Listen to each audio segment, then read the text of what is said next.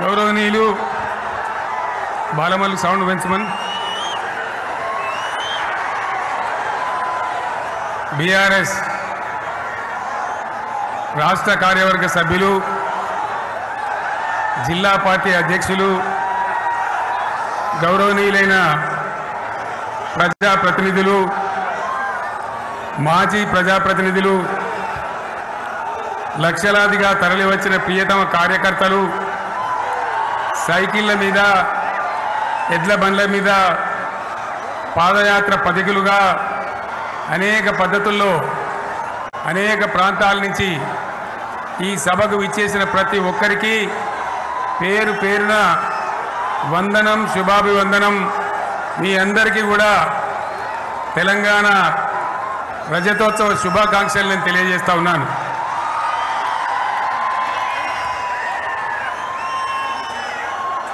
జననీ జన్మభూమిశ్చ స్వర్గాదపి గరీయసి. ఇది శ్రీరామచంద్రుడు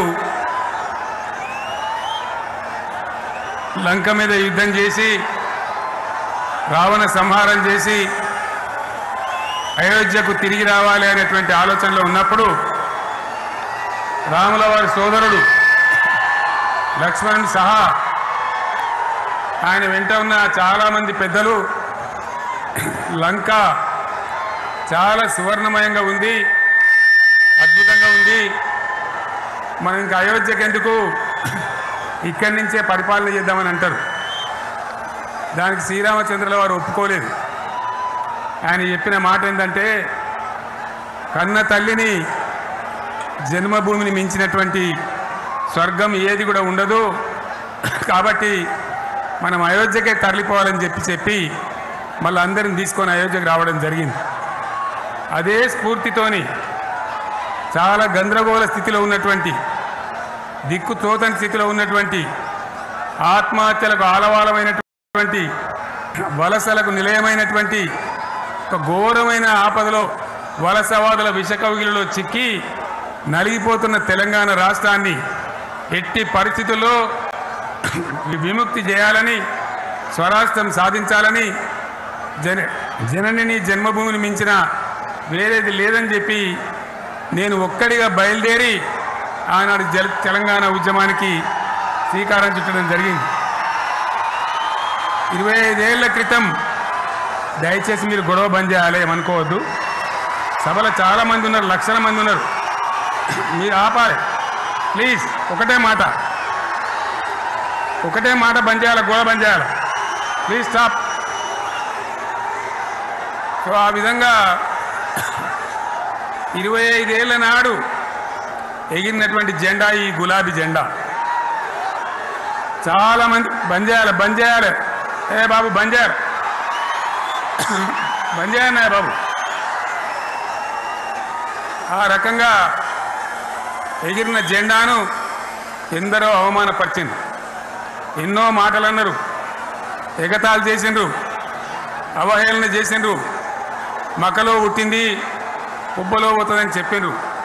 కానీ ఈ జెండా మీ అందరి సహకారంతో, అనేక మంది త్యాగాలతోని, వందలాది మంది ప్రాణ బలిదానాలు కూడా చేయడంతో, అనేక ఉద్యమాలతోని యావత్తు తెలంగాణనే ఒక అద్భుతమైనటువంటి ఉద్యమమై ఎగిసిపడి ఒక సమయం ఎట్లా వచ్చింది, ఒక సమయంలో అంటే తెలంగాణ యావత్తు ఒక పక్కన నిల్చొని బరి గీసి బిడ్డ నా తెలంగాణ అక్కడ పెట్టు అని చెప్పి నిలబడ్డటువంటి సందర్భం మనందరం కూడా సృష్టించినాం. తద్వారా మన లక్ష్యం తెలంగాణ రాష్ట్రాన్ని సాధించుకున్నాం. ఆ తదనంతరం ప్రజలు దీవిస్తే 10 సంవత్సరాల పాటు అద్భుతమైనటువంటి దగదగలాడే తెలంగాణ తయారు చేసి అందరూ బిత్తరపోయే విధంగా, ఆశ్చర్యపడే విధంగా బ్రహ్మాండమైన తెలంగాణ నిర్మాణం చేసుకున్నాం. ఆ విధంగా 25 సంవత్సరాల సుదీర్ఘ చరిత్రను ఈరోజు ఈ వరంగల్ గడ్డ మీద మనం జరుపుకుంటా ఉన్నాం. రజతోత్సవ సందర్భంలో జరుపుకుంటా ఉన్నాం. చాలామంది చాలా రకాల ప్రయత్నాలు చేసినారు. ఇక్కడ కూడా ఇప్పుడు కూడా బ్రహ్మాండమైనటువంటి ప్రయత్నాలు చేస్తూ ఉన్నారు. నేను ఒక్కటే మాట చెప్తా ఉన్నా, ఈ గడ్డకు ప్రత్యేకత ఉంది. ఇది రాణి రుద్రమ్మ ఏలిన వీరగడ్డ, సమ్మక్క సారక్కల పోరుగడ్డ, బొమ్మెర పోతన కవితా మాధుర్యం పండించినటువంటి జీవగడ్డ. ఈ వరంగల్ నేలకు నేను వందనం చేస్తూ ఉన్నాను. మన అమరవీరులకు శిరస్సు వంచి నివాళులు అర్పిస్తూ ఉన్నాను. 1969లో మూగబోయిన తెలంగాణ నినాదానికి తిరిగి జీవం పోసింది ఈ గులాబీ జెండా అని మీ అందరికీ నేను మనవి చేస్తూ ఉన్నాను. ప్రజలు పరిపాలన అప్పగిస్తే విధ్వంసమైన తెలంగాణను వికాసం పథంలో నడిపించింది ఈ తెలంగాణ. దానికి కూడా ఈనాటి కరెక్ట్గా 25 ఏళ్ళు నిండుతూ ఉన్నాయి. ఆనాడు కొండా లక్ష్మణ్ బాపూజీ గారు ఆశ్రయం ఇస్తే ఏప్రిల్ 27, 2001 జలదృశ్యంలో టీఆర్ఎస్ ఆవిర్భావం తెలంగాణ చరిత్రనే మలుపు తిప్పిన ఒక మహోజ్వల ఘట్టం. పదవుల కోసమో, కులం కోసమో, మతం కోసమో, వ్యక్తుల కోసమో పుట్టలేదు ఈ గులాబీ జెండా. ఇది తెలంగాణ రాష్ట్ర సాధన కోసం పుట్టింది. పదవీ త్యాగాలతోనే మన తెలంగాణ ప్రస్థానం ప్రారంభమయ్యింది. అది ఫలించి మన సొంత రాష్ట్ర కళ కూడా నెరవేరిందని నేను మనవి చేస్తూ ఉన్నా. ఆనాటికి అలుముకున్నటువంటి చీకట్లను పారదోలడానికి, ప్రజల్లో విశ్వాసం కల్పించడానికి, ఆత్మవిశ్వాసాన్ని పెంపొందించడానికి నేను ఒక మాట చెప్పిన ఆ రోజు మీ అందరికీ కూడా గుర్తుండాలి. ఉద్యమం నుంచి వెనక్కి మరలితే, ఉద్యమ జెండాను దించితే నన్ను రాళ్లతో కొట్టి చంపండి అని చెప్పి నేను ఉద్యమాన్ని ప్రారంభించిన విషయం మీ అందరికీ కూడా తెలుసు. ఆ తదనంతరం జరిగినటువంటి స్థానిక పంచాయతీ ఎన్నికల్లో, ఆ తదనంతరం జరిగినటువంటి సిద్దిపేట ఉప ఎన్నికలో ప్రజలు బ్రహ్మాండంగా ప్రాణం పోసి ఊపిరిలిదితే అద్భుతంగా ఉద్యమం ముందుకు పురోగమించిన విషయం మనకు తెలుసు. 60 ఏళ్ల సమైక్య పాలనలో తెలంగాణది ఎంత గోస, ఎంత దుఃఖం, ఎంత వేదన, ఎంత హింస, ఎంత అణిచివేత చూసినామో మనందరికీ కూడా బాగా తెలుసు. గోదావరి కృష్ణనీళ్ళు దక్కకుండా తరలిపోతే తల్లి సనుబాలకు నోచని పిల్లల్లాగా తెలంగాణ బిడ్డలు రోధించారు. కరువుల కాటకాలకు గురయ్యారు. అర్ధరాత్రి కరెంట్లు పెట్టబోయి పాములు గుట్టి, తేలు గుట్టి చాలా భయంకరంగా అనాథల్లాగా చనిపోయినారు. ఆ రకంగా జరుగుతూ ఉంటే ఇక్కడ ఉన్నటువంటి ఆనాడు కాంగ్రెస్లో, టీడీపీలో ఉన్నటువంటి నాయకులు పదవుల కోసం పెదవులు మూసిండ్రు తప్ప ఏనాడు నోరు తీసి కొట్టాడలేదు. గులాబీ జెండా ఎగిరేదాకా కనీసం తెలంగాణ సోయిని కూడా ప్రదర్శించలేకపోయినారు. మీ అందరికీ తెలుసు, తెలంగాణ కోసం అవసరమైన ప్రతి సందర్భంలో పదవులు త్యాగం చేసిన వాళ్ళు బీఆర్ఎస్ బిడ్డలు అని చెప్పి నేను గర్వంగా మనవి చేస్తూ ఉన్నా. కానీ పదవుల కోసం తెలంగాణను ఆగం చేసిన వాళ్ళు ఆనాడు ఉన్నటువంటి కాంగ్రెస్ నాయకులు అని చెప్పి కూడా నేను మనవి చేస్తూ ఉన్నా. చంద్రబాబు నాయుడు ఆనాడు ముఖ్యమంత్రిగా ఉండి ఎంత ఘోరమంటే హైదరాబాద్ నడిబొడ్డున ఉండే తెలంగాణ గడ్డలో ఉండేటువంటి రాజధానిలో మన శాసనసభలో తెలంగాణ పదాన్ని నిషేధించినాడు. తెలంగాణ అనవద్దని స్పీకర్ ద్వారా రూలింగ్ ఇప్పించినారు. ఇదే జిల్లాకు చెందినటువంటి ప్రణయ్ భాస్కర్ గారు ఆ రోజు ఎమ్మెల్యేగా శాసనసభలో తెలంగాణ అంటే అది నేరమైనట్టుగా పరిగణించి తెలంగాణ పదాన్ని నిషేధించేటువంటి ప్రయత్నం చేసినారు. మిత్రులారా, మీకు అందరికీ చరిత్ర తెలుసు. ఆనాడైనా ఏనాడైనా ఈవెన్ ఈనాడైనా తెలంగాణకు విలన్ నంబర్ 1 కాంగ్రెస్ పార్టీ అని మనవి చేస్తా ఉన్నా. మనందరికీ కూడా తెలుసు ఆ విషయం. తెలంగాణ హైదరాబాద్ స్టేట్ పేరుతో ఉన్ననాడు ప్రజలు వద్దంటుంటే కూడా బలవంతంగా తెలంగాణను ఆంధ్రాతో కలిపిన వాళ్ళే. ఏందా బాబు, ఏందా పనిలేదా?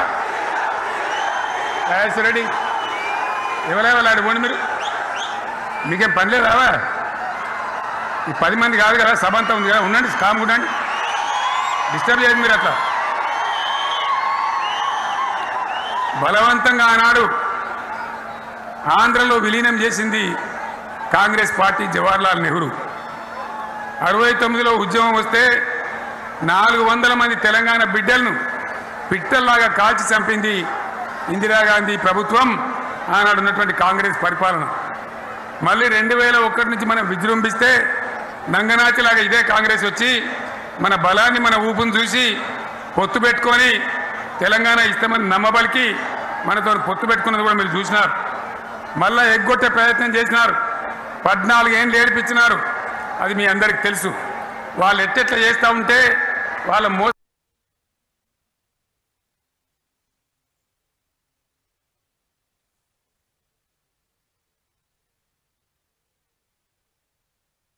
మోసాన్ని కప్పేయడానికి నేను ఇదే జయశంకర్ పార్లమెంట్లో ప్రతిపక్షాలని కాంగ్రెస్ గొంతు పట్టుకుంటే అప్పుడు దిగివచ్చి తెలంగాణ కోసం ప్రకటన చేసిన విషయం మీకు తెలుసు.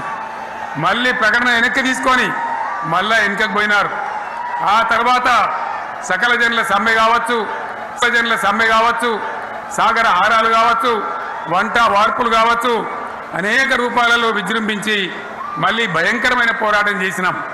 మళ్ళీ 3 ఏళ్ల తర్వాత వాళ్లకు రాజకీయ అవసరం ఏర్పడి ఆనాడు వచ్చి మళ్ళీ తెలంగాణ ఇస్తామని ప్రకటించి వాళ్ళకి ఇష్టం లేకపోయినా తెలంగాణ సృష్టించినటువంటి ఆ సుడిగార్పులుగా తట్టుకోలేమని భయపడి తెలంగాణ ఇచ్చిన విషయం కూడా మీకు తెలుసు. తదనంతరం ప్రజలు మనకు అధికారం ఇచ్చినారు. దాన్ని మనం ఏదో అధికారం అనుభవించడానికి తీసుకోలే, బాధ్యతగా తీసుకున్నాం. ఎంత బ్రహ్మాండంగా పనిచేసినాం. రాష్ట్రాన్ని మన చేతిలో పెడితే ఎక్కడున్న తెలంగాణను ఎక్కడ తీసుకొని పోయినాం. అనేక రంగాలలో please please please please please ఒకటే మాట. ఏ బాబు ఇక్కడ నేను మాట్లాడుతున్నా, అక్కడ మీరు మాట్లాడుతున్నా, మీకు ఏమైనా అర్థం ఉన్నదా? ఏది అర్థం కావాలి ప్రజలకు? ఏం పని లేదావా? ఇదేం పద్ధతి? మీరు పార్టీ కార్యకర్తలేనా? సైలెన్స్గా ఉండండి. అంతమంది నన్ను లక్షల మంది మీరు 10 మంది ఏందా ఇక్కడ? 10 నిమిషాలు సైలెంట్గా ఉండలేరా? చివరిలో బాగా చెప్దాం, స్లోగా అద్భుతంగా దుంకుదాం, స్టేజ్ ఎత్తి దుంకుదాం. మీరు బాధ్యత చూడాల్సింది ఏంటంటే మీరు అరవడం బంద్ చేయండి. ఇంతమంది ఉన్నారు. ఏం సీఎం పని లేదా నీకు? మళ్ళీ అందరు ఇళ్ళకి చేరుకోవద్దా? క్షేమంగా పోవద్దా? ఎక్కడెక్కడి నుంచో దూరం నుంచి వచ్చిన వాళ్ళు ఉన్నారు. 10 నిమిషాలు మీరు సైలెంట్గా ఉండండి. ముందరిన వాళ్ళు 10 ఏళ్ళ బీఆర్ఎస్ పాలనలో ఎక్కడున్న తెలంగాణ ఎక్కడికి పోయింది? ఎన్ని రంగాలలో ఎన్ని అవార్డులు వచ్చినాయి? ఎన్ని అద్భుతమైన పనులు చేసి చూపెట్టినాం. తెలంగాణ అంటే ఒకప్పుడు వెనుకబడ్డ ప్రాంతం, ఎగతాళి చేయబడ్డ ప్రాంతం, పనికిమాలిన ప్రాంతం అని పేరు పెట్టిన ప్రాంతం. కానీ ఎన్ని రంగాలు, తలసరి ఆదాయాన్ని బ్రహ్మాండంగా పెంచినాం. 90,000 ఉన్న తలసరి ఆదాయాన్ని 3.5 లక్షల పైచీలకు పెంచుకున్నాం. జిఎస్డిపిని దేశంలో నంబర్ 1 స్థానానికి తీసుకెళ్ళినాం. తెలంగాణలో బ్రహ్మాండంగా పెండింగ్ ప్రాజెక్టులన్నీ కూడా కంప్లీట్ చేసుకున్నాం. కల్వకుర్తి కావచ్చు, నెట్టెంపాడు కావచ్చు, భీమా కావచ్చు, ఎల్లంపల్లి కావచ్చు, మిడిమానేరు కావచ్చు, అక్కడ మేఘాల మీద పనిచేసి దాన్ని అంతా కూడా కంప్లీట్ చేసి ఒక్క పాలమూరు జిల్లాలోనే 10 లక్షల ఎకరాలకు సాగునీళ్ళు ఇచ్చుకున్నాం. బ్రహ్మాండమైనటువంటి ఇరిగేషన్ ప్రాజెక్టు కంప్లీట్ చేసుకున్నాం. 3.5 లక్షల టన్నుల వడ్లు పండించే స్థాయికి తెలంగాణను తీసుకొని పోయినాం. వరంగల్ గడ్డ కోసం, ఇదే జిల్లా కోసం పెండింగ్లో ఉన్న దేవాదుల ప్రాజెక్టును కంప్లీట్ చేసి ఈ గడ్డకు నీళ్లు తెచ్చుకున్నాం. 3 ఏళ్లలో కాళేశ్వరం ప్రాజెక్టు కట్టుకున్నాం. వాగుల మీద, వంకల మీద చెక్ డ్యాములు కట్టుకున్నాం. మిషన్ కాకతీయ పేరు మీద చెరువులన్నిటి పూడికలు తీసుకున్నాం. ఒక అద్భుతమైన తెలంగాణను తయారు చేసుకున్నాం. పడావు భూములన్నీ పంట పొలాలుగా మార్చుకున్నాం. ఆనాడు బీఆర్ఎస్ పాలనలో చెరువుల నిండా జలరాశులు, రైతుల కళ్ళాల నిండా ధాన్య రాశులతోని బ్రహ్మాండంగా తెలంగాణ అద్భుతంగా పురోగమించిన విషయం మీకు తెలుసు. పంజాబ్ను తలదన్నే పంటలు పండించిన విషయం కూడా మీ అందరికీ తెలుసు అని నేను మనవి చేస్తా ఉన్నా. రైతు కష్టమేందో నాకు తెలుసు. నేను స్వయంగా రైతును కాబట్టి రైతాంగాన్ని కడుపులో పెట్టి చూసుకున్నాం. మీ అందరికి ఒక మాట చెప్తా ఉన్నా. ఈ దేశంలో షేర్షా సూరి అని ఒక రాజు ఉండే. ఆయన కాలంలోనే రెవెన్యూ సంస్కరణలు తెచ్చినారు. నేను చెప్పే మాట మంచి వినాలి మీరు. చరిత్ర పొడుగుత చూస్తే షేర్షా సూరు నుంచి స్వతంత్ర భారతం వచ్చిన తర్వాత ప్రజాస్వామ్య ప్రభుత్వాలు కూడా రైతుల దగ్గర రకరకాల శిస్తులు వసూలు చేసినారు, రైతుల దగ్గర డబ్బులు వసూలు చేసినారు, తహసీల్ రకాలు వసూలు చేసినారు, నీటి తీరువాలు వసూలు చేసినారు. కానీ రైతును చూడాలని వాడు అందుకోలే. భారతదేశంలోనే ఎక్కడ కూడా లేని స్కీమ్ నన్ను వాళ్ళు అడగలే, ఎలక్షన్లలో చెప్పలే. నాకు నేనుగా ఆలోచించి ప్రభుత్వమే ఆలోచించి రైతు బంధు పథకాన్ని తెచ్చినాం. చాలా బ్రహ్మాండంగా రైతు బంధు పథకాన్ని అమలు చేసినాం. రైతాంగానికి ఎటువంటి కరెంట్ ఇచ్చినాం, ఎంత అద్భుతమైన కరెంట్ ఇచ్చినాం. ఆంధ్ర వలసవాద ముఖ్యమంత్రులు ఏం మాటలు మాట్లాడినారు. తెలంగాణ వస్తే కారు చీకట్లు అవుతాయి, మీకు కరెంటే రాదు, మీకు పంటలు పండియే రాదని చెప్తే వాళ్ళ నోర్లు మూయించేలాగా ఉత్తమమైనటువంటి ట్రాన్స్ఫార్మర్ కావాలన్నటువంటి మోటార్లు కావాలన్నటువంటి నాణ్యమైన కరెంటును 24 గంటలు సప్లై చేసినాం. రైతు ఇంట్లో కూర్చుంటే పొలాల కాడ బోర్లు దుంకినాయి, మీరందరూ కళ్ళారా చూసినారు. నాకంటే ఆ విషయం మీకే ఎక్కువ తెలుసు. అదేవిధంగా రైతులు చనిపోతే 2 ఎకరాలు 3 ఎకరాలు ఉన్న రైతులు ఏముంటుంది, వాళ్ళకి ఆదాయం ఉండదు. వాళ్ళు చస్తే బీఆర్ఎస్ రాకముందు పట్టించుకున్న నాతులు లేడు. అదే బీఆర్ఎస్ వచ్చిన తర్వాత రైతు బీమా ఇచ్చి వాళ్ళు చనిపోయినాక 8 రోజుల్లోనే వాళ్ళకు రైతు బీమా అందే విధంగా ఆనాడు చర్యలు తీసుకున్నాం.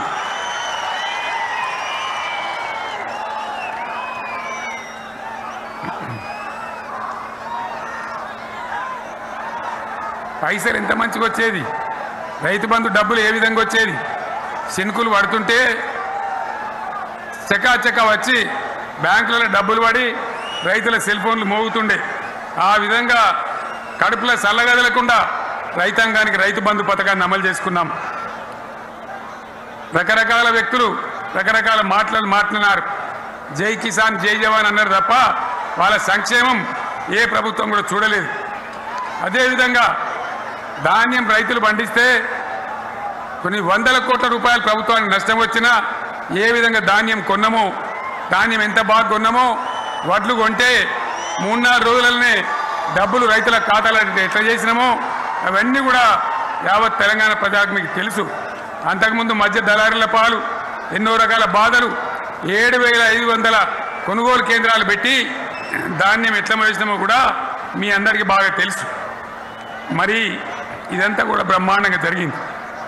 ఎన్నో పనులు, మిషన్ భగీరథ ఎన్నికల ప్రణాళికలు చెప్పలే, ఓట్ల ప్రచారం అప్పుడు చెప్పలే, గవర్నమెంటే చేసింది. ఇంటింత నల్లబెట్టి ప్రజలకు అందియడం జరిగింది. రైతు బంధు కానీ, రైతు బీమా కానీ, కళ్యాణ లక్ష్మి కానీ, కేసీఆర్ కిట్ కానీ, కంటి వెలుగు లాంటి ప్రోగ్రాం కానీ ఎవరు అడిగినా నన్ను ఎవరు అడగలే. అయినా మా అంతలో మేమే మన రాష్ట్రం మన ప్రజలని వాళ్ళని బాగు చేసుకోవాలని చేసినాం. చెరువులలో చేపలు పెంచాలని ఎవరు అడిగిరు, నన్ను ఎవరు డిమాండ్ చేసిండ్రు, వాళ్ళకి వృత్తి పని దొరకాలని, మత్స్యకారులను ప్రోత్సహించాలని చెరువులలో చేపలు పెంచినాం. లక్షలాది గొర్రెలను పంపిణీ చేయమని ఎవరు ధర్నా చేయలే, ఎవరు అడగలే. కానీ ప్రభుత్వమే తనంతట తానే బ్రహ్మాండంగా వాళ్ళకు చేయడం జరిగింది. ప్రజల అవసరాలు ఎప్పటికప్పుడు తీర్చినాం. అంతవరకే ఆగలే. పారిశ్రామిక రంగం మీద దృష్టి పెట్టినాం, పెట్టుబడులు ఆకర్షించినాం. సుమారు 20 నుంచి 25 లక్షల మంది పిల్లలకు ఉద్యోగాలు ఇప్పించే ప్రయత్నం చేసినాం. 40 కోట్లు మాత్రం ఉన్న ఐటీ ఎగుమతులు 2.5 లక్షల కోట్లకు పెంచగలిగినాం. ఐటీ రంగంలో 7 లక్షల మందికి ఉద్యోగాలు కొత్తగా వచ్చినాయి. 1000కి పైగా గురుకులాలు పెట్టినాం. పేద ఇళ్ళ విద్యార్థులకు ఉత్తమమైనటువంటి చదువును అందించినాం. తెలంగాణలో 3 మెడికల్ కాలేజీలు ఉంటే దాన్ని 33 మెడికల్ కాలేజీ తీసుకొని పోయినాం. ఈ విధంగా అదొకటి మాత్రమే కాదు, బీఆర్ఎస్ టైంలో మత కల్లోలం లేదు, కర్ఫ్యూ లేదు, కల్లోలం లేదు. శాంతి భద్రతలన్నీ కూడా బ్రహ్మాండంగా కాపాడి ప్రతి ఒక్కరిని కూడా కాపాడే బాధ్యత తీసుకొని కడుపులో పెట్టుకొని చూసుకున్నాం. ఇవన్నీ కూడా నా డైలాగులు కాదు, నేను చెప్పే స్టోరీలు కాదు. ఇవన్నీ పార్లమెంట్ వేదికగా కేంద్ర ప్రభుత్వం అనేక సందర్భాల్లో వెల్లడించినటువంటి విషయాలు. Reserve bank of India, comptroller general of India వాళ్ళు వెల్లడించినటువంటి అధికారమైనటువంటి లెక్కలని చెప్పి కూడా నేను మీకు మనవి చేస్తా ఉన్నా. ఇవన్నీ జరిగినాయి. ఇప్పుడు నేను చెప్పిందంతా కూడా మీ కళ్ళ ముందరనే జరిగింది. మరి కాంగ్రెస్ వచ్చి ఏడాదిని అర్థమా? మరి ఏం మాయరోగం వచ్చే, ఏం బీమారు వచ్చే, ఏమేమి చెప్పిరి, ఎన్నెన్ని చెప్పిరి, మీకు కావాల్సింది ఇదే కదా. చెప్తా ఇక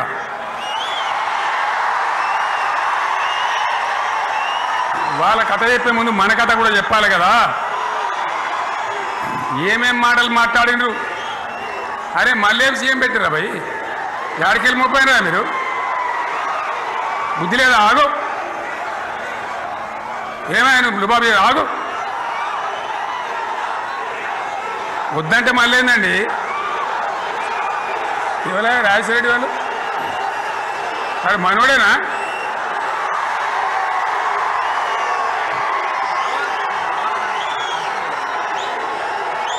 ఎన్నెన్ని మాటలు చెప్పి వరుస బట్టి గోల్మాల్ దింపుట్ల కాంగ్రెస్ను మించిన వాళ్ళు లేడు. అబద్ధాలు చెప్పుట్ల కాంగ్రెస్ను మించిన వాళ్ళు లేడు. ఎన్ని చెప్పిరి? ఇక్కడ ఉన్నోళ్ళు జాలరని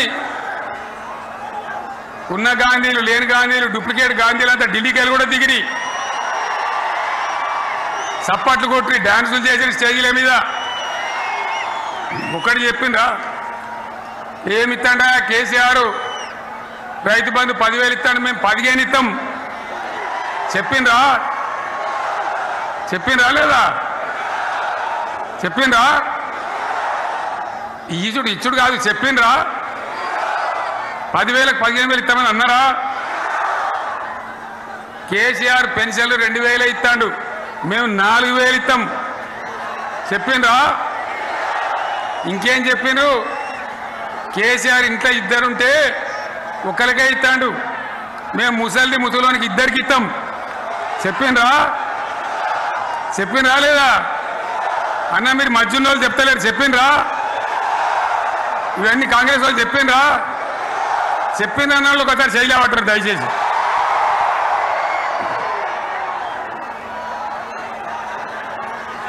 దివ్యాంగులకు కేసీఆర్ 4,000 ఇస్తాడు పెన్షను, మేము 6,000 ఇస్తామండి అన్నారా? ఇక చదువుకునే ఆడిపోరగాళ్ళకు స్కూటీలు కొనిస్తామండి, కొనిచ్చారా? అన్నారైతే అన్నారు కదా. విద్యార్థులకేమో విద్యా కార్డు ఇస్తామండి, 5 లక్షల గ్యారంటీ కార్డు, బ్యాంక్ కార్డు ఇస్తామండి. ఇట్లా ఎన్ని మాటలు చెప్పారు. ఇక ఉరుకురి ఒకరినుకోడు ఉరుకురి 2 లక్షల లోన్ తెచ్చుకొని డిసెంబర్ 9 నాడే కథం, ఒక కలంపోడుతోనే కథం అన్నరా? అన్నరా? మరి చేసిండ్రా? చెయ్యలే. ఇక వడ్లు కొంటే ఒక వడ్లు కాదు, ఆనాడు మనమే కొనుగోలు కేంద్రాలు పెట్టి కనీసం మద్దతు ధర వచ్చేటట్టుగా మొలకొచ్చినా తడిసిపోయినా రంగు మారినా రైతులు కాబట్టి మన బిడ్డలు కాబట్టి గవర్నమెంట్కు 500 కోట్లు నష్టం వచ్చినా సరే మొత్తం కొనురా అని చెప్పినా కొనిపించిన. బాధ కాలే. వాళ్ళేం చెప్పిండ్రు?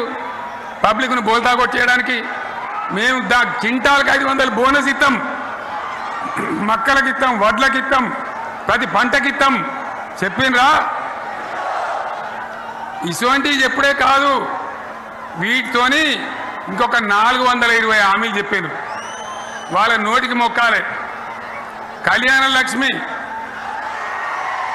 కేసీఆర్ 1,00,000 రూపాయలు ఇస్తాడు, మేము వస్తే తులం బంగారం కూడా కల్పిస్తామండి అన్నారా? ఏమన్నా నత్తందా?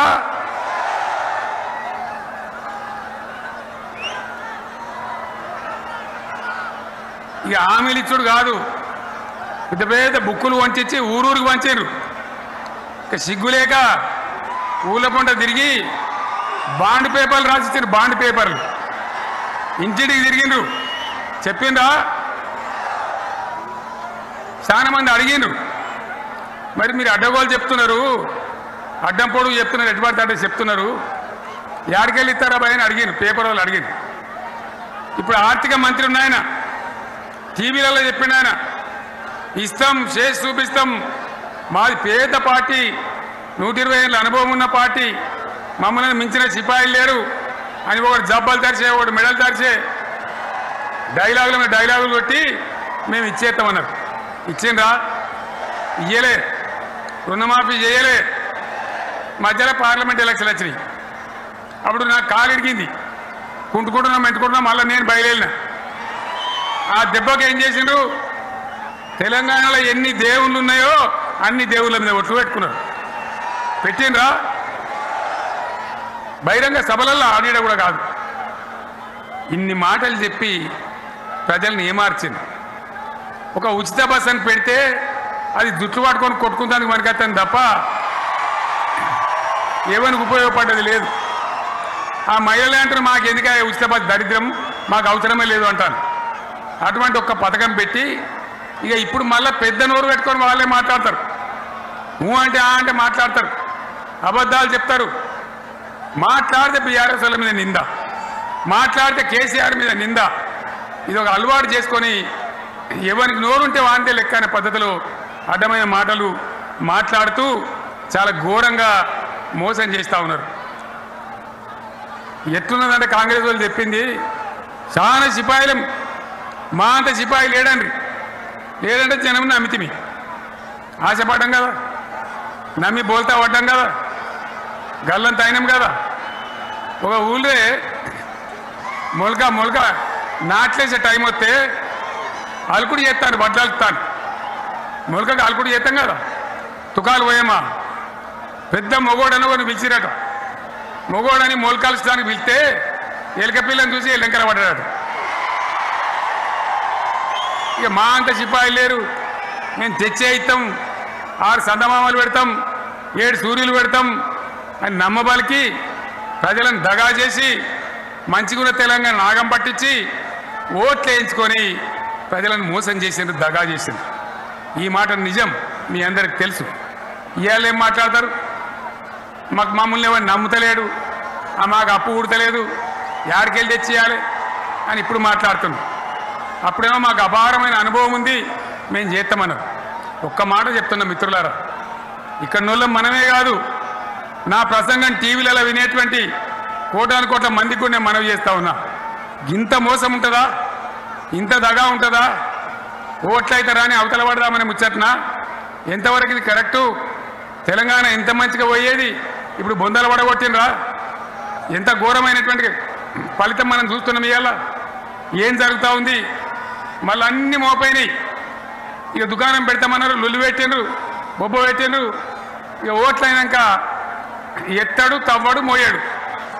బాయి పడతాం జోరుగా చెప్తే 6 నెలల ఏమయ్యారంటే ఇక ఆయనతో రేపు అవుతుంది, ఎల్లుండి అవుతుంది, సంక్రాంతికి అవుతుంది, దీపావళికి అవుతుంది, మార్చి 31కి అవుతుంది. మార్చి 31 లేదు, మన్ను లేదు, ఏది కూడా చేసింది లేదు. మొత్తం ఆర్థిక పరిస్థితిని దెబ్బతీసింది. తెలివి తక్కువ పనితోని, అవివేకం వల్ల, అజ్ఞానం వల్ల పరిపాలన చేయరాక సర్వనాశనం చేసింది. రాష్ట్ర ఆర్థిక పరిస్థితి ఎంత మంచిగా ఉండే, ఎంత బాగా పోతా ఉండే.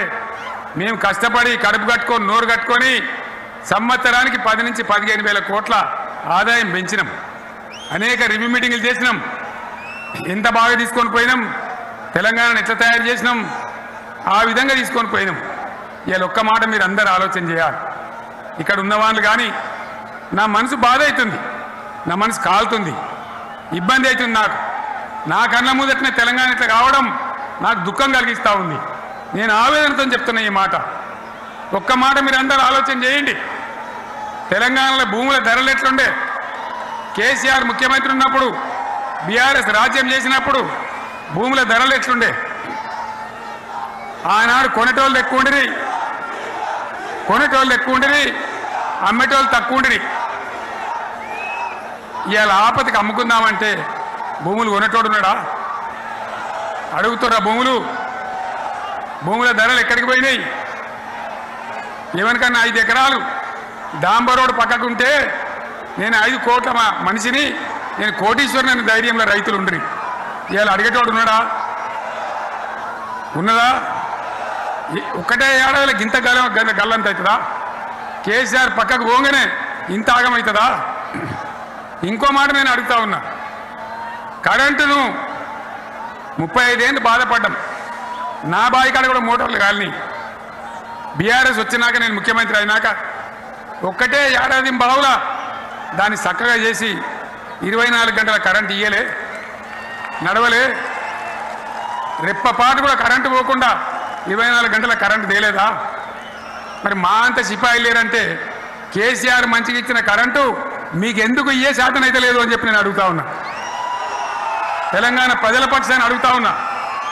ఎందుకు ఇలా ప్రజల గోస ఉంచుకుంటా ఉన్నారు? మళ్ళా మోటార్లు కాలుతున్నాయి, ట్రాన్స్ఫార్మర్లు కాలుతున్నాయి, లంచాలు పెరుగుతున్నాయి. అది శాతం అయితే లేదా? మళ్ళీ ఇలా తెలంగాణ పోవన్నా మోటార్ పెట్టడానికి? ఏం దౌర్భాగ్యం ఇది! ఎటువంటి శని నెత్తి మీద పెట్టుకున్నాం మనం. మీరందరూ ఆలోచన చేయాలి.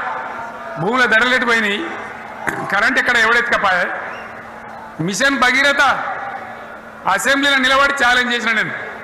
5 ఏళ్ల లోపల ప్రతి ఇంట్లో నల్లా పెట్టి నీళ్ళేయకపోతే మళ్ళా ఎలక్షన్ల పార్టీ మేము నిలవడం, ఓట్లు అడగము అని చెప్పిన నేను. ఎవరు చెప్పాలి? దమ్మున్నోడే చెప్పాలి. చేసి చూపించినాం, నడిపించినాం. ప్రతి ఇంట్లో నల్లా పెట్టినాం. కృష్ణా గోదావరి నీళ్లు తెచ్చి ప్రతి ఇంటి ముందర దుంకిచ్చినాం. అది మీరందరూ దానికి సాక్ష్యం. ఇలాగా మంచినీళ్ళు కట్నే ఇల్లు పెట్టినపోయి ఉన్న పథకం కేసీఆర్ హయాంలోనే అయిపోయింది. ఇంకా మంచినీళ్ళు కూడా ఇయ్యే శాతం అయితే లేదా? మేము ఇంత సిపాయిలం అంత సిపాయిలం అని ఎగిరెగిరి దుంకితే మాట్లాడితే మంచినీళ్ళు ఇచ్చే కూడా శాతం అయితే లేదా? మంచినీళ్ళు పోతాయి, కరెంటు పోతుంది, వడ్లు కొనే దిక్కు లేదు. వడ్లు కొంటాను రా, కళ్ళాల కాడ 15 రోజులు వడ్లు కొనే దిక్కు లేదు, అడిగే దిక్కు లేదు. సర్కారు కొనకపోతే దిక్కుమాలని దేవుడా అని ప్రైవేట్ మిల్లర్లకు అమ్ముకుంటున్నాం. మళ్ళీ అక్కడ దళారీలు, అక్కడ దోపిడీ, మళ్ళీ రైతాంగం దోపిడీకి గురవుతున్నది. మళ్ళీ 2014 కంటే ముందటి పరిస్థితులు వస్తూ ఉన్నాయి. ఆ విధంగా ఎందుకు జరుగుతూ ఉంది? ఇది ఎవరి అసమర్థత? కాంగ్రెస్ ప్రభుత్వం యొక్క అసమర్థత కాదా? ఈ కాంగ్రెస్ కాటేయడం కాదా? నేను ఒక్కటే మాట మిమ్మల్ని కోరుతా ఉన్నా, ప్రజలకు నేను అడుగుతా ఉన్నా. పేదలు గుడిసెలు వేసుకుంటారు, ప్రభుత్వ జాగాలలో పాపం తెలిసి తెలియక కొన్ని వేసుకుంటారు. బీఆర్ఎస్ గవర్నమెంట్లో హైదరాబాద్తో సహా వరంగల్తో సహా అనేక పట్టణాలలో అనేక ప్రాంతాలలో రాష్ట్ర వ్యాప్తంగా లక్షలాది మందికి మేము పట్టాలు ఇచ్చినాం. బుల్డోజర్లు పెట్టి జేసీబీలు పెట్టి మేము చెరువులలో పూడికెళ్ళి తీస్తే వీళ్ళేమో హైడ్రా అని మన బొందా అని పెట్టి పేదల ఇండ్లు కూడా కొడతా ఉన్నారు. ఆనాడు చెరువు పూడికెళ్ళి తీసిన బుల్డోజర్లు ఇలా పేదల ఇండ్లు కూడా కొడతా ఉన్నాయి. ఇవన్నీ మనం చూస్తూ ఉన్నాం. చూసి మౌనంగా ఉందామా, కొట్లాడదామా, ఏం చేద్దాం అనేది మనం ఆలోచించే సమయం వచ్చింది. దేశాన్ని నంబర్ 1 స్థాయిలో నిలబెడితే ఇవాళ 14వ స్థాయికి 15వ స్థాయికి తీసుకొని పోయినారు. నా కళ్ళ ముందన్న గిట్ల జరుగుతుంది, ఇంత మాయల్యమే అవుతుంది, ఇంత మోసం చేస్తారని నేను కూడా అనుకోలే. ఇలా చాలా బాధ కలుగుతూ ఉంది, చాలా దుఃఖం కలుగుతూ ఉంది. ఇంకా ముందరికి పోవాల్సిన తెలంగాణ ఇలా వెనుకకు అయిపోతున్నా ఉన్నది. మళ్ళా ఎవరు దీనికి కారణం? ఈ దుర్మార్గులు కాదా? నిలబెట్టి ఖచ్చితంగా అడగాల్సిన అవసరం ప్రజలకు లేదా? అడగాలి. ఎందుకోసం? టైం ఇవ్వాలని మేము కూడా టైం ఇచ్చినాం. ఏమంటారు?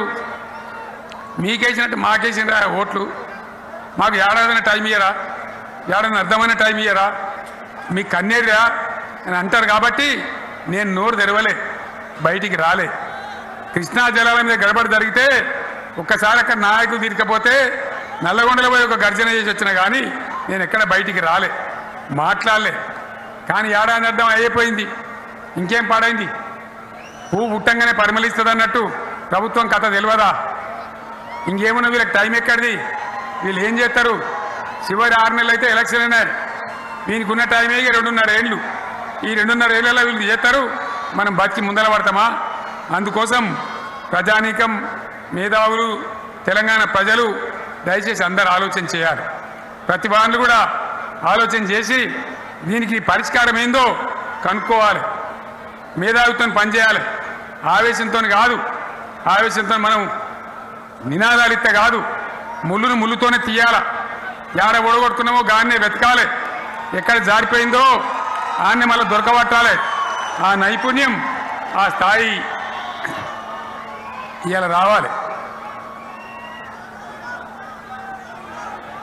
మళ్ళీ ఇప్పుడు ఏం చేస్తారు? ఆనాడు కష్టపడి ఈ హరీష్ రావు ఇరిగేషన్ మంత్రిగా ఉన్నప్పుడు ఇలా గౌరెల్లి ప్రాజెక్టు కట్టినాం. 90% పూర్తయింది. గౌరెల్లి ఇరిగేషన్ ప్రాజెక్టు ప్రజలకు సంజాయించి భూములు తీసుకొని ఆనాడు తిరిగి 90% పూర్తి చేసినాం. ఏడాది అర్థమైతే కట్టడి మన్ను తీస్తాను రా పాలమూరు పథకం 80% కంప్లీట్ అయింది. ఎందుకు దాన్ని పెండింగ్లో పెడుతున్నారు? ఎందుకు దాన్ని పూర్తి చేస్తలేరు? ఈ విధంగా చిన్న మాట, చాలా చిన్న మాట. కేసీఆర్ కిట్ పెట్టినాం, లక్షాధికారుల కోసం పెట్టినాం, కోటీశ్వర్ల కోసం పెట్టినాం. ఎవరి కోసం పెట్టినాం కేసీఆర్ కిట్టు? పేద ప్రజల కోసం, గ్రామీణ ప్రాంతాల్లో ఉండేటువంటి పేద ప్రజల కోసం పెట్టినాం. ఆడపిల్లగానే 13,000 ఇచ్చినాం, మగపిల్లగానికైతే 12,000 రూపాయలు ఇచ్చినాం. ఆ వాహనాలు పెట్టి, అమ్మఒడి వాహనాలు పెట్టి వాళ్ళని తీసుకెళ్ళి ప్రసవాలు చేయించి వాళ్ళకి మందులు ఇచ్చి ఫ్రీగా ఉచితంగా చేసి బ్రహ్మాండంగా ప్రసవం చేయించి మళ్ళీ ఇంటికాడ తెచ్చి దించినాం. గది బంద్ చేస్తారా ఎవరన్నా? ఎందుకు బంద్ చేయాలి? ముఖ్యమంత్రులుగా పనిచేసే వాళ్ళకు గాంభీర్యం ఉండాలి, ధైర్యం ఉండాలి. రాజశేఖర్ రెడ్డి అనే ముఖ్యమంత్రి ఉండే, నేను చెప్తా ఉన్నా మీ ముందు ఇవాళ. ఆయన ఆరోగ్యశ్రీ అని ఒక పథకం తెచ్చిండు. నేను ముఖ్యమంత్రి అయిన తర్వాత అడిగిన, హెల్త్ డిపార్ట్మెంట్ని పిలిచి అడిగిన, ఇది ఏం పథకమైనా బాగుందా అంటే, సార్ మంచిగా ఉంది, ప్రజలకు లాభం అవుతుందని చెప్పింది. నేను చెప్పిన ఆ పథకాన్ని అట్లే పెట్టండి, ఆ పథకాన్ని మార్చకండి, ఆ పథకం అట్లే ఉండాలని చెప్పిన. అక్కడ చెప్పడం కాదు, నేను అసెంబ్లీలో చెప్పిన, ఇది మా స్కీమ్ కాదు, కాంగ్రెస్ గవర్నమెంట్ ప్రారంభించింది, దాని పేరు కూడా మేము మారుస్తలేం, కానీ కొనసాగించాలని చెప్పినాం, కొనసాగించినాం. అది మీ అందరికి తెలుసు. ఇవాళ వీళ్ళు కేసీఆర్ ఆనవాళ్ళు లేకుండా చేస్తాం, కేసీఆర్ ముచ్చట లేకుండా చేస్తారా?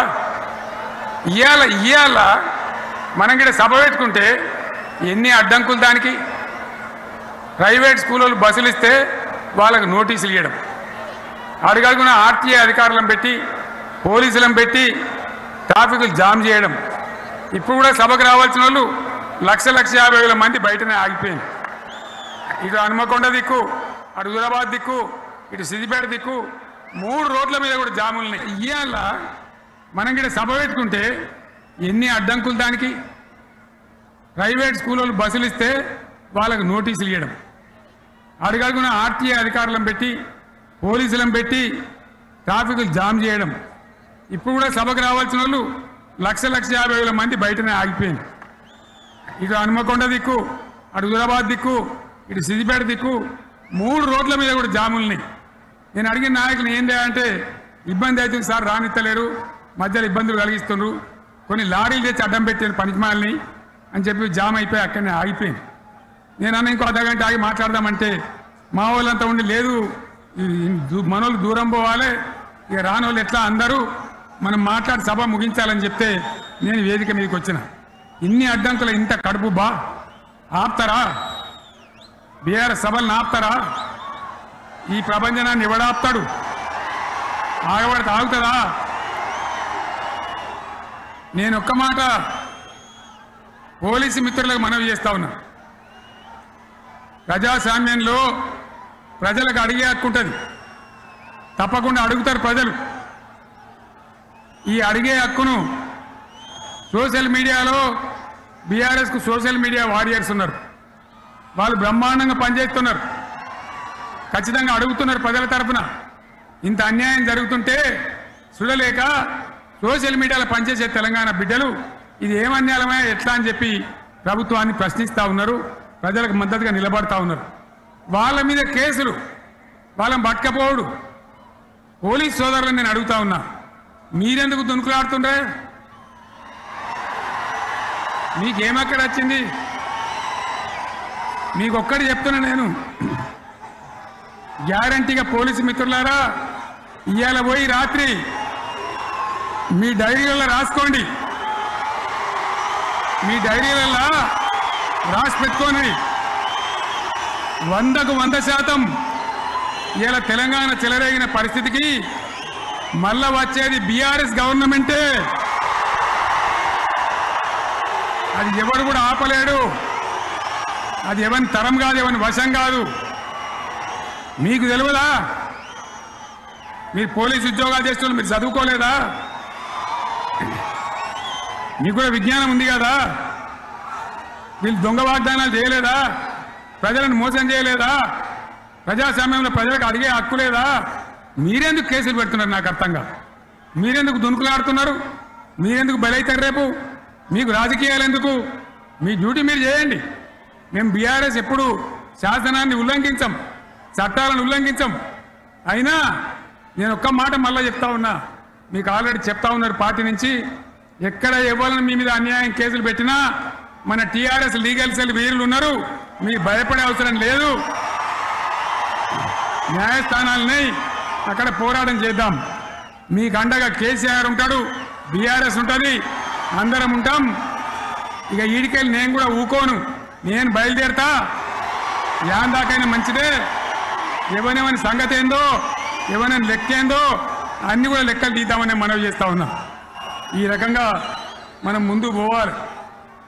ఒక్క మాటలను ఉన్నదా? ఇవాళ ఈ ప్రభుత్వం, ఈ కాంగ్రెస్ నయవంచక ప్రభుత్వం సంక్షేమంలో ఫెయిల్, మంచినీళ్ళలో ఫెయిల్, పొలాలకు నీళ్ళు ఇవ్వడంలో, సాగు నీళ్లలో ఫెయిల్, కరెంటు సరఫరాలో ఫెయిల్, రైతు బంధులో ఫెయిల్, విత్తనాలు ఎరువులు సరఫరాలో ఫెయిలేనా? ధాన్యం కొనుగోళ్లలో ఫెయిల్, పల్లెలు పట్టణాల అభివృద్ధిలో ఫెయిల్, భూముల ధరలు పెంచడంలో ఫెయిల్. మరి దేంట్లో పాస్ అయిండు? ఎటు పడితే అటు ఒర్రుడు, దేవుళ్ళ మీద ఒట్లు పెట్టుడు, అబద్ధ వాగ్దానాలు చేసుడు.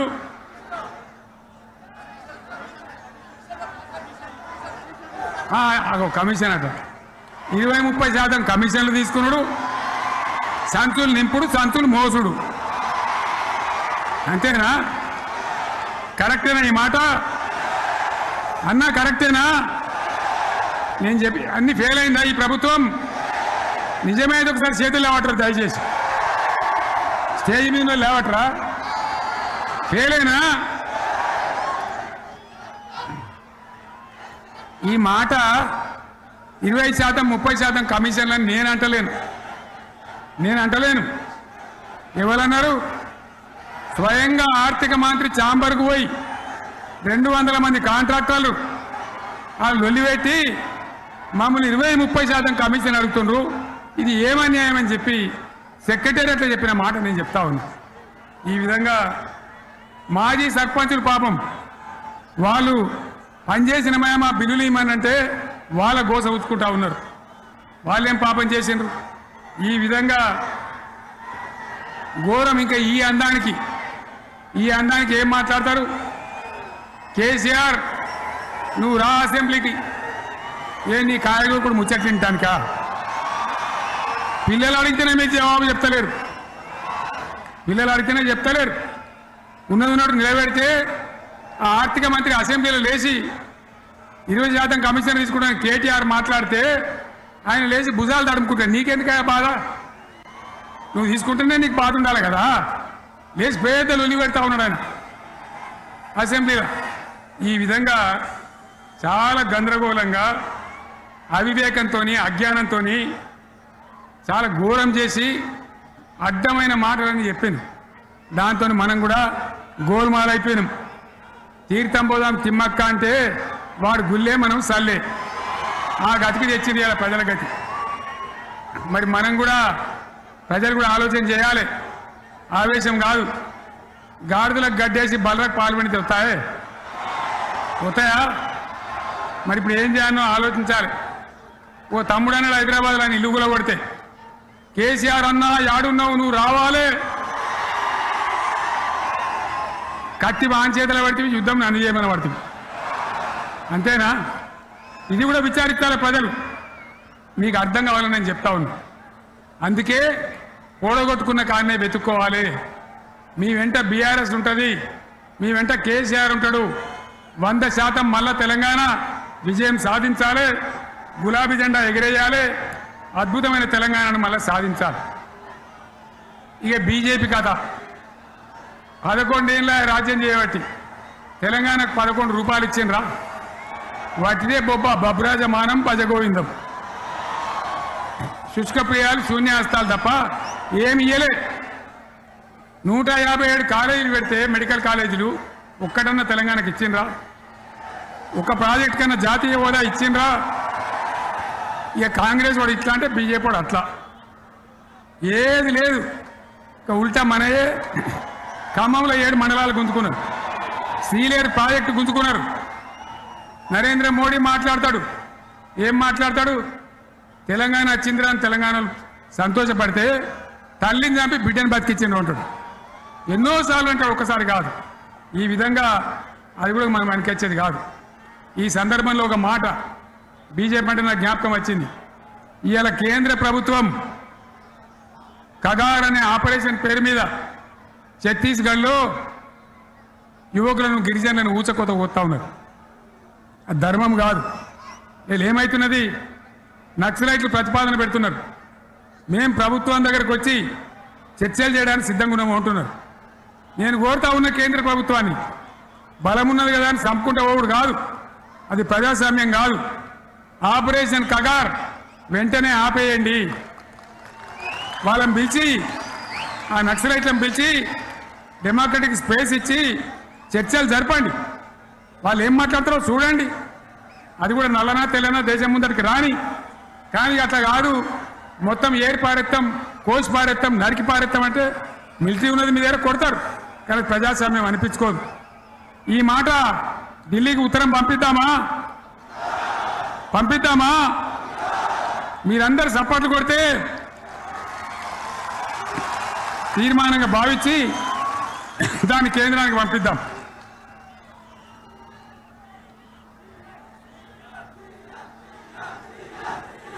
ఇక్కడ 30 లేదు. ఈ సందర్భంలో ఈ రజతోత్సవ వేళ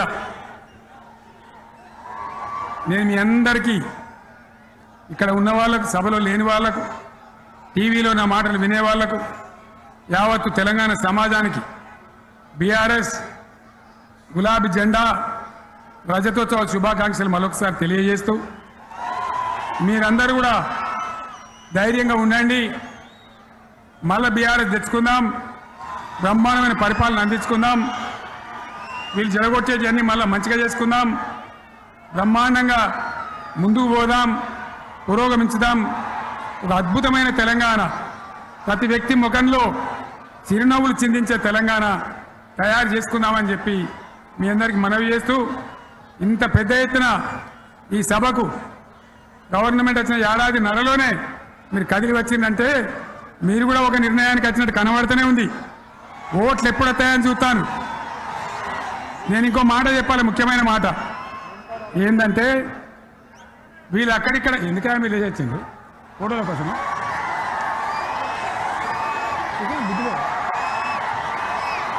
ఒక మాట చెప్పాలి, ఏంటిది? ప్రభాకర్ రెడ్డి అని మా ఎమ్మెల్యే, దుబ్బాక ఎమ్మెల్యే, ఆయనతో ఎవరో హైదరాబాద్లో మాట్లాడితే, అన్న ఇంకా 3 ఏళ్ళు భరించాలన్న ఈ గవర్నమెంట్ అని మాట్లాడింది. ఆయన మాట చెప్పిండు విలేకరులు.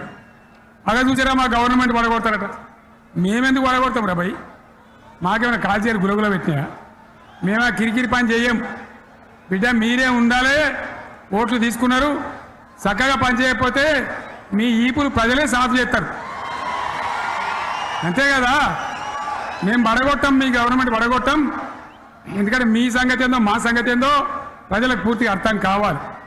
గులాబీ సైనికులకు నాది ఒక్కటే మాట, మనం ఏనాడు మనం పుట్టిందే పదవులు త్యాగం చేసి, పుట్టిందే రాష్ట్ర సాధన కోసం, స్వార్థం కోసం మనం పనిచేయలే. మీ అందరి నాయకులను, కార్యకర్తలను నేను కోరేది ఒకటే, తెలంగాణ సమాజం అద్భుతంగా పురోగమించేదాకా మనం పనిచేస్తూనే ఉండాలి. గవర్నమెంట్లో ఉన్నా, ప్రతిపక్షంలో ఉన్నా ప్రజల పక్షాన ఉండాలి, ప్రజలకు అండగా ఉండాలి, ప్రజల సమస్యల మీద పోరాటం చేయాలి, వాళ్ళకు అండదండలుగా ఉంటూ పురోగమించాలి. అదే మన కర్తవ్యం. అందులోనే మనకు అన్ని పదవులు వస్తాయి, అది పెద్ద ఇష్యూ కాదు. ఎన్ని వేల మంది మనోళ్ళు ఎంత బ్రహ్మాండంగా ముందుకొచ్చారు. కాబట్టి మీరందరూ కూడా ఆ విధంగా రావాలి.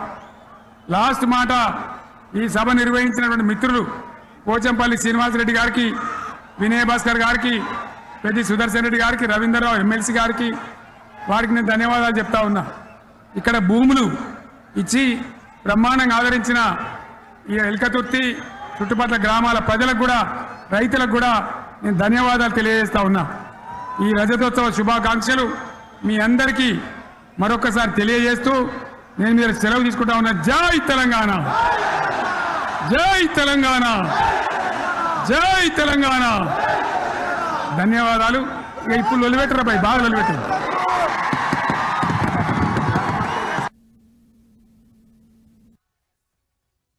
బాగు చేసుకోవాలని చేసినాం. చెరువులలో చేపలు పెంచాలని ఎవరు అడిగిరు, నన్ను ఎవరు డిమాండ్ చేసిండ్రు, వాళ్ళకి వృత్తి పని దొరకాలని, మత్స్యకారులను ప్రోత్సహించాలని చెరువులలో చేపలు పెంచినాం.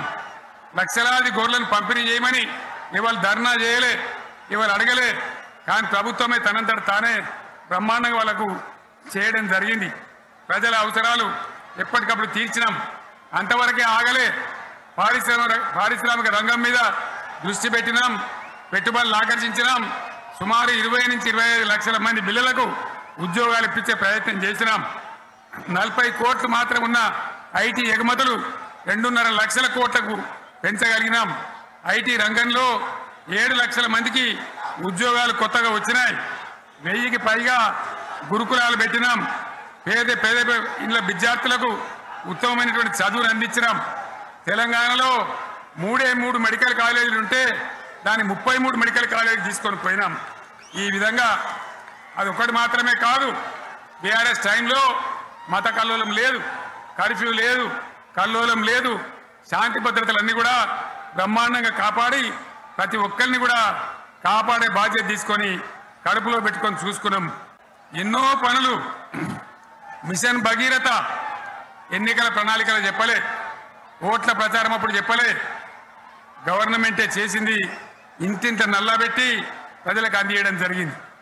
రైతు బంధు కానీ, రైతు బీమా కానీ, కళ్యాణ లక్ష్మి కానీ, కేసీఆర్ కిట్ కానీ, కంటి వెలుగు లాంటి ప్రోగ్రాం కానీ ఎవరు అడిగిన నన్ను ఎవరు అడగలే. అయినా మా అంతల మేమే మన రాష్ట్రం, మన ప్రజలని వాళ్ళని బాగు చేసుకోవాలని చేసినాం. చెరువులలో చేపలు పెంచాలని ఎవరు అడిగిరు, నన్ను ఎవరు డిమాండ్ చేసిండ్రు, వాళ్ళకి వృత్తి పని దొరకాలని, మత్స్యకారులను ప్రోత్సహించాలని చెరువులలో చేపలు పెంచినాం. లక్షలాది గొర్రెలను పంపిణీ చేయమని ఎవరు ధర్నా చేయలే, ఎవరు అడగలే. కానీ ప్రభుత్వమే తనంతట తానే బ్రహ్మాండంగా వాళ్ళకు చేయడం జరిగింది. ప్రజల అవసరాలు ఎప్పటికప్పుడు తీర్చినాం. అంతవరకే ఆగలే. పారిశ్రామిక రంగం మీద దృష్టి పెట్టినాం, పెట్టుబడులు ఆకర్షించినాం. సుమారు 20 నుంచి 25 లక్షల మంది పిల్లలకు ఉద్యోగాలు ఇప్పించే ప్రయత్నం చేసినాం.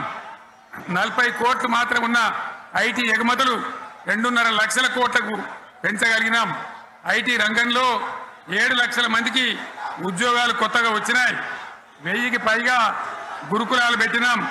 పేద ఇళ్ళ విద్యార్థులకు ఉత్తమమైనటువంటి చదువును అందించినాం.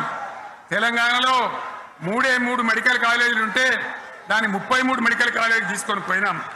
ఈ విధంగా అదొకటి మాత్రమే కాదు, బీఆర్ఎస్ టైంలో మత కల్లోలం లేదు, కర్ఫ్యూ లేదు, కల్లోలం లేదు.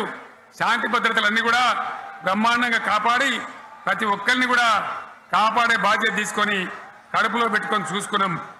ఎన్నో పనులు, మిషన్ భగీరథ ఎన్నికల ప్రణాళికలు చెప్పలే, ఓట్ల ప్రచారం అప్పుడు చెప్పలే, గవర్నమెంటే చేసింది. ఇంటింత నల్లబెట్టి ప్రజలకు అందియడం జరిగింది. రైతు బంధు కానీ, రైతు బీమా కానీ, కళ్యాణ లక్ష్మి కానీ, కేసీఆర్ కిట్ కానీ, కంటి వెలుగు లాంటి ప్రోగ్రాం కానీ ఎవరు అడిగిన నన్ను ఎవరు అడగలే. అయినా మా అంతల మేమే మన రాష్ట్రం, మన ప్రజలని వాళ్ళని బాగు చేసుకోవాలని చేసినాం. చెరువులలో చేపలు పెంచాలని ఎవరు అడిగిరు, నన్ను ఎవరు డిమాండ్ చేసిండ్రు, వాళ్ళకి వృత్తి పని దొరకాలని, మత్స్యకారులను ప్రోత్సహించాలని చెరువులలో చేపలు పెంచినాం. లక్షలాది గొర్రెలను పంపిణీ చేయమని ఎవరు ధర్నా చేయలే, ఎవరు అడగలే. కానీ ప్రభుత్వమే తనంతట తానే బ్రహ్మాండంగా వాళ్ళకు చేయడం జరిగింది. ప్రజల అవసరాలు ఎప్పటికప్పుడు తీర్చినాం. అంతవరకే ఆగలే. పారిశ్రామిక రంగం మీద దృష్టి పెట్టినాం, పెట్టుబడులు ఆకర్షించినాం. సుమారు 20 నుంచి 25 లక్షల మంది పిల్లలకు ఉద్యోగాలు ఇప్పించే ప్రయత్నం చేసినాం.